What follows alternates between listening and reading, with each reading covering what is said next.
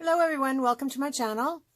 Today we're going to play around with some different types of lace holders, ribbon holders, and even button holders.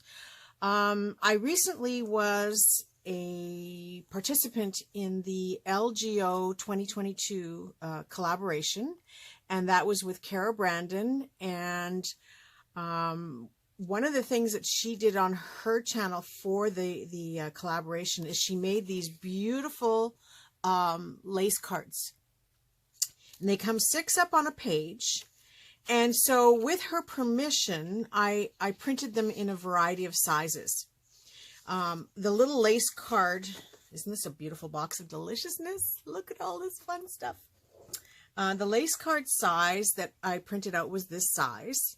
And I printed it on regular copy paper, and then I backed it inside as a file folder, and then I just backed it with some scrap fabrics or papers that I had, and then stitched all around it on the sewing machine to make these lace cards. Now, when I made them, I also made a variety of sizes. I made little tiny ones, then I made some bigger ones to hold bigger laces. And then I made these giant ones, and I'll just show you here. And these were made to what I'm calling project holders. So this box is a project box for me. And what I do is I come along and I add things to it, and I make a little collections so that when I'm ready to do something, I have everything in one place. I even use these little cards for making button cards. The only problem for me is that I have such a huge, vast collection of lace and fabric and ribbon and trims that many of them wouldn't fit on these cards. I don't think this size would really hold a lot of lace bolted on here. So I realized that these are more for decorative pieces. They're more to use for projects. You can see here I have a whole pile of things clipped onto this one to use for a little pink project. And then I have this one has a variety of laces and fabrics that I'm going to use for a journal coming up. And I've made 2 of them. And then I'm slowly matching up different laces and trims to go with them, you know, and crocheted doilies and tatting. And then I have in the box, I have like buttons that I need and some handkerchiefs. And I will slowly start to gather the ephemera to put this together. But for today, I just wanted to show you the box with the lace cards. Now, for me, this isn't practical for my whole entire lace collection. For 2 reasons. One, I think like if I had purple lace on here, I would find it distracting by the color. And secondly, I like it to be focusing on the lace and trims, not so much on the background. But these are great for making ephemera, for putting into your journals, for giving as happy mail and little gifty things. And so I will use them. And I've printed quite a few. I've quite a huge collection. And yes, they come from Kara Brandon, and I will give you the link below where you can go and pick up these. It is a freebie that she's offering. And you can also visit her Facebook page, Kara Brandon and Friends. I will give you the link to that as well, and maybe join her group to get other freebies and see some of her other collections. Now, one more thing before I put this box away is these would also make a really nice journal cover. However, if you're going to use them as a journal cover, you would want to either trim off that side or glue it folded under before you start, because that will get in the way from you opening and closing your book. I think you'd have to really focus on how you would bind these pieces together, like maybe a coil binding or kind of a laced binding. So there are some, or even a binder type binding, but there are some options, and it really would make a cute sewing book. So keep that in mind for future projects.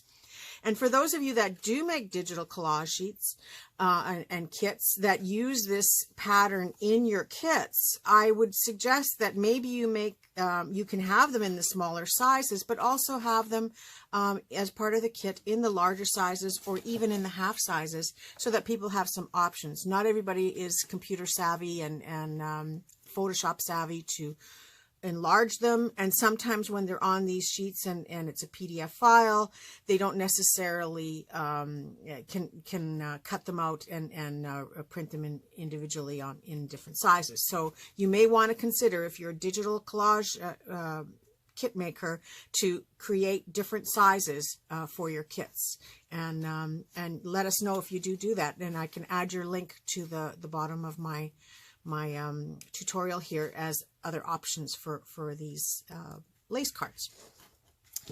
So aside from making those, and they're beautiful, Kara, thank you. I love these so much, and I will use them in lots of projects. I'm just going to move this aside now.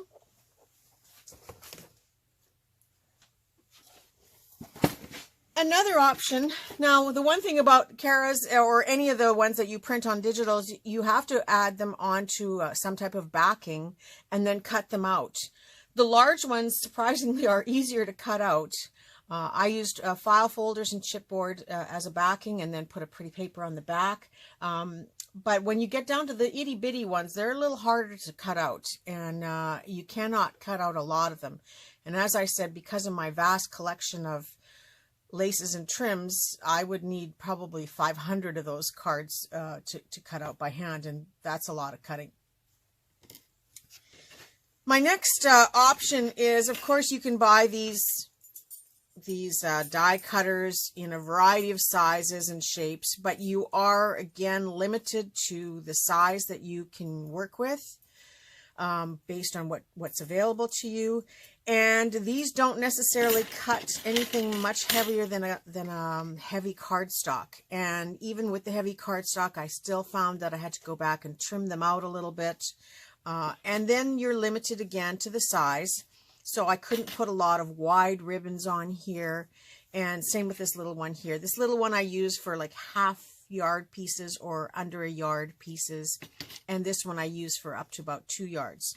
But anything thicker, like something like this, it gets a little harder to use, and it just doesn't look attractive to me. It just looks like a great big ball of fabric. And then I can't put my fabrics on here either, unless they're already cut into small trims, like a shabby trim like this. So this is a great way to, again, send out happy mail, or, you know, if you're selling laces or you want to gift some laces, to just put a yard, maybe 2 yards on a card. But they're still pretty flimsy, and I wouldn't know that they would have the longevity.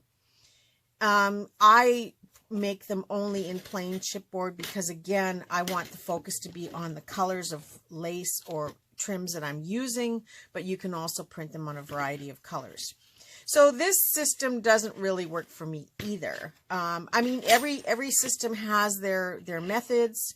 With this system, you know, you have to buy the dies, and then you have to have the machine and find the right size chipboard that will go through your machine and not cause you too much of a headache. So that was system number 2 for me. And this final system is what I'm calling my favorite, and I'll show you that, and it's very easy to make.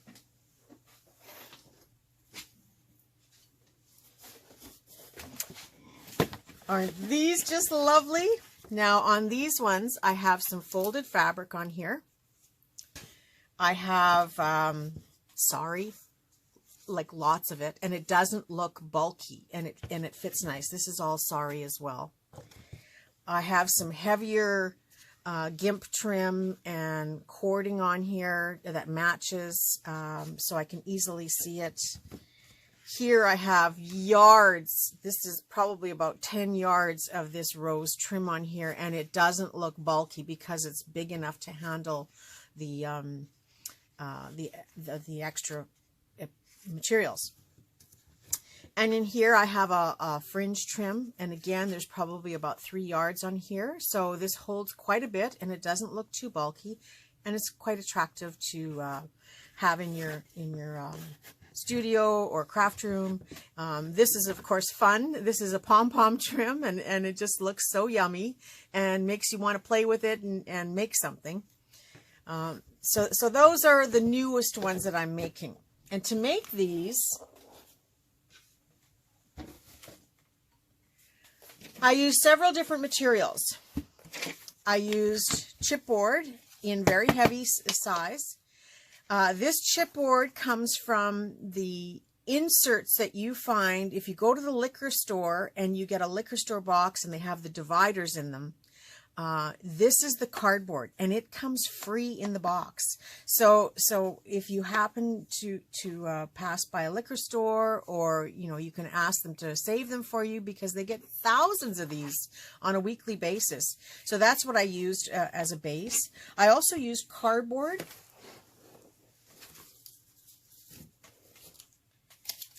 Just regular corrugated cardboard inside here, and I just cut it to size.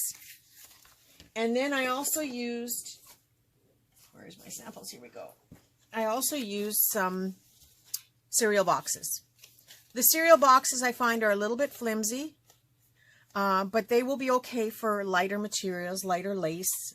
Something like this type of lace here would work fine using that. But just look how nicely this wraps around here. It's a wide lace. It's about 2.5 inches. And I can just wrap this around, and you don't see that cereal box. And just go on and on to fill this up, and then attach a pin to it. So that's just giving you an idea of how nicely this fits on here, and then how you can store them afterwards. Now to make them, these are approximately, well, this size here is chipboard. And I cut it out of an 8.5 by 11, so I used the 11 side as a guide. And so these are 5.5 inches long.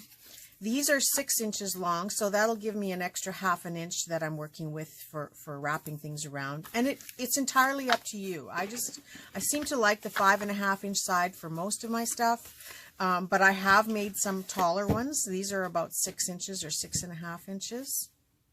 Just to give you an idea. And I'm trying to stay in that size range. Now the tops and bottoms are made using a piece of file folder, or it can be cardstock. And I have, this one's got some schmuckies on it. But what I did is I scored it halfway down the middle. So it's this is a 3 inch by 4 inch piece of file folder, but you can use cardstock. And then I scored it at the halfway point so that it's 1.5 inches by the 4 inches. I then covered it with some book pages, because you know how I like to use book pages. And the reason I covered it in book pages as opposed to pretty papers, which you can use, but again, it was to keep me so that I wasn't distracted by the design. And I just inked the edges a little bit on here, and I wasn't distracted by the design when I'm looking at the lace and the trim. So this doesn't take away from the color. I can easily see the color when I want to grab the lace and add it on, and it doesn't take away from the design. Plus, if I should ever, which I doubted, but if I should ever finish this lace and I no longer have it in my collection, I can then take this holder and use it for another color or another design or another type of fabric. And again, it doesn't take it away from whatever I'm wrapping around here, and it gives me full visual of the product that I'm putting on here. So that is how I made these. Now, again, there are some alternatives, because you know me, I like to give you lots of choice and lots of options.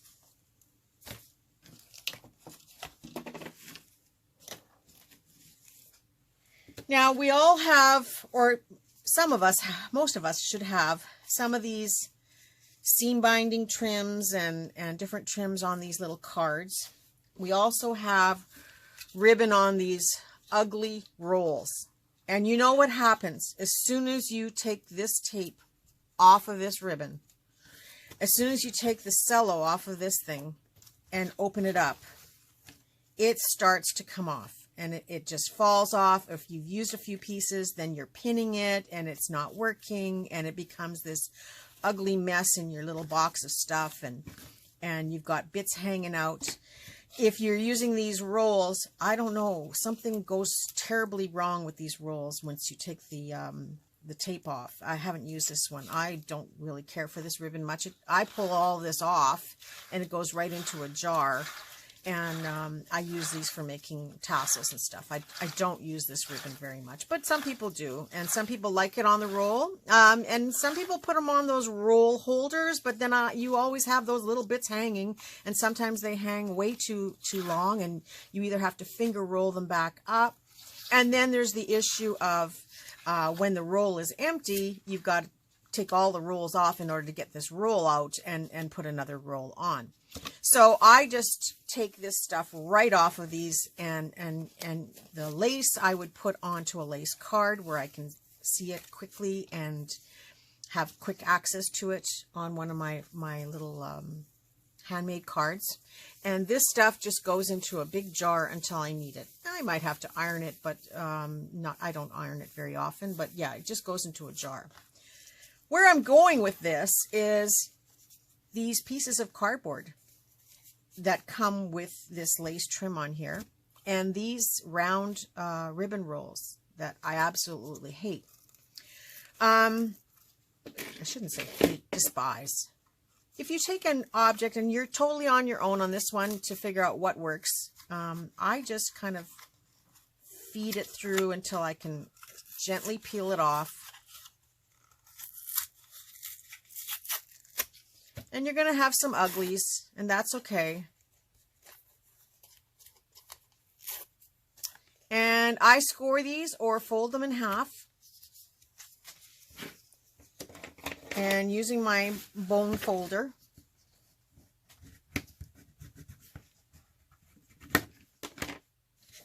I just happen to have some more here.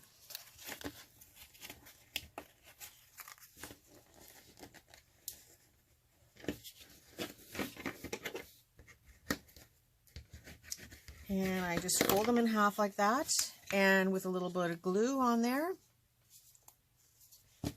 and glue on this side, and you've made a spool lace card. And it looks like a spool when it's filled. And here's one. So you can use, if you've got a die cutting machine that will cut through chipboard, you can use a round die cutting machine to cut those. And it will cut the shapes nicely. Again, I cover these in book pages and ink stain them, but they look like a really nice little spool. And very easy to create. You can see there's not much to making this. The only thing I do is I glue them down on both sides. You can staple them if you have a good stapler to go through them. Some of these I have stapled, but I was getting into a fight with my stapler.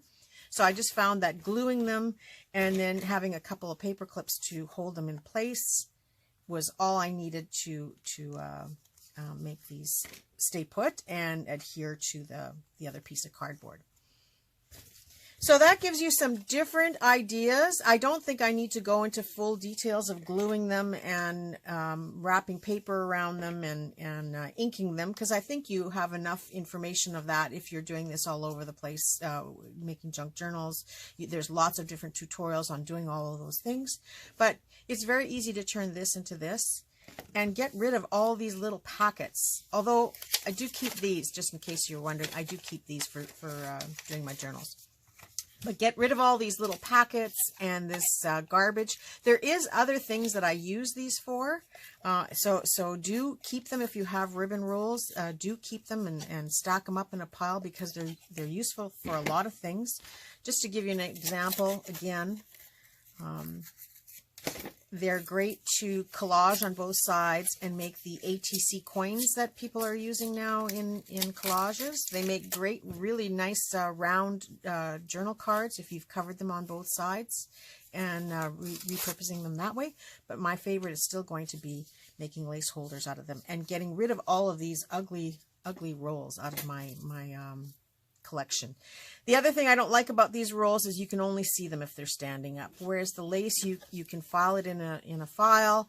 You can have it sitting up this way, and you can still see all of your beautiful colors. Another thing you can do with these is hole punch them. I haven't done it yet, but you could hole punch them, hang them on a little rope or a little ribbon, and then hang them on the wall. So there's a lot of other options for decorating and embellishing these. You can add some gems and buttons glued onto the tops of them. That also makes a really nice, pretty addition to giving it as a gift. So yeah, that's my tutorial for today. I will put a link down below in the description for Cara Brandon's freebie that she's offered, as well as to her information and Facebook page. And I will also put a link down below to my 500 subscriber giveaway, which is still going on. And we are now 2 boxes full and starting a 3rd box. So that means we're going to be doing at least 3 draws from that giveaway. So you not only have 1 chance, you have 3 chances. So if you haven't put your name in, I've put a link below to the video, and you can find out all the information on that video. And if you could share it, subscribe, like, and leave a comment based on the information I give you on that video. I would love to have the draw and have one of you be one of my winners. So thank you very much for watching today's video. I hope it was enough information for you to go ahead and make these lovely lace cards and play with them and see what you create. Again, you can make these in a variety of sizes. It's just the size I worked with, but you can easily make them in a variety of sizes. So I hope you had a good time today, and have yourself a very creative day and a very creative week. And we'll see you soon. Bye for now.